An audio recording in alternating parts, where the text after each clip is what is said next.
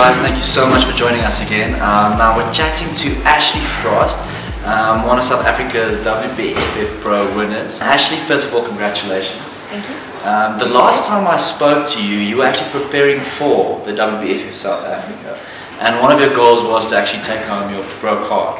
Now Ashleigh, just tell me what went through your mind when you actually realized you just won your pro card? Well, everything and nothing at the same time.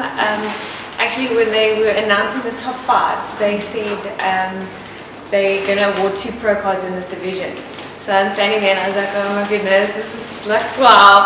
And then when they announced 3rd place, I knew myself and Laura Daniels, we both won our pro cards. You'll see in the photos, if you ever get to look at the photos, there's a picture of us hugging because we both already knew we got our pro cards, but the placings weren't even announced yet. We were just both so ecstatic. So there's no words.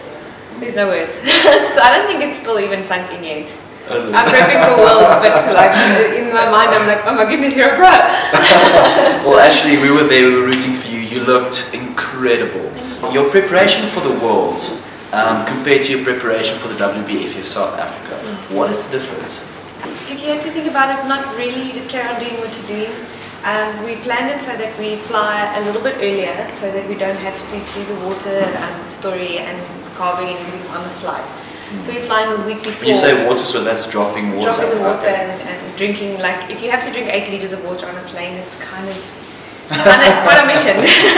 So we're flying a week just take earlier. an aisle seat. Yeah. We're flying a week earlier just to acclimatize for 3 days. If something does go wrong, we've got a few days to fix. So technically there's nothing really that differs, it's just you have to be a little bit more careful now with the flying and stuff like that. So. As soon as you come back from the Worlds, when you land in South Africa, what's the first thing you're going to do? I'll probably go to Milky Lane or something. No. Actually, we've got a show like 3 days after we land that Stian is judging and I'm going to be trial judging, so we're right back in the industry in South Africa. Personally, I'll never stop my training. I'll keep my diet as clean as possible because we've still got more photo shoots. I purposely planned photo shoots for when I came back so that I know I have to keep to my diet.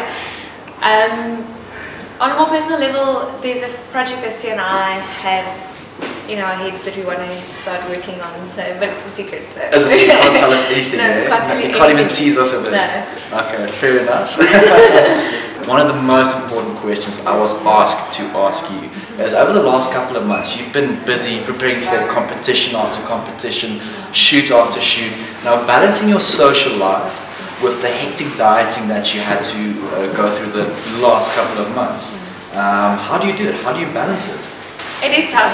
It's very tough. I mean, usually I would plan my cheat meal way ahead and be like, okay, if someone wants to do something this weekend, then I'd be like, okay, I'm cheating on Sunday, you need to fall in my plans. You know?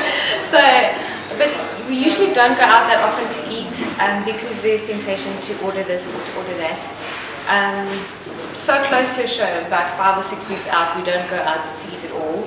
It's just, you know, if you don't prepare your food yourself, then we don't eat it because you never know. Like even if you say dry grilled fish, there's always oil or there's, you know, you never know what's in it.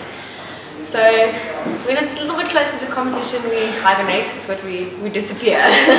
So it's not very fun all the time because you feel like you just want to, like cabin fever, like you just want to get out. But I mean, what you want most and what you want right now, you kind of have to decide which one's more important. So. But most of your friends are in the fitness industry, so that makes it easier. It does make it a lot easier when everyone understands exactly. I mean, if we say let's go for sushi, then everyone's okay with sushi because it's okay. We'll have our sashimi and our salmon, whatever. So,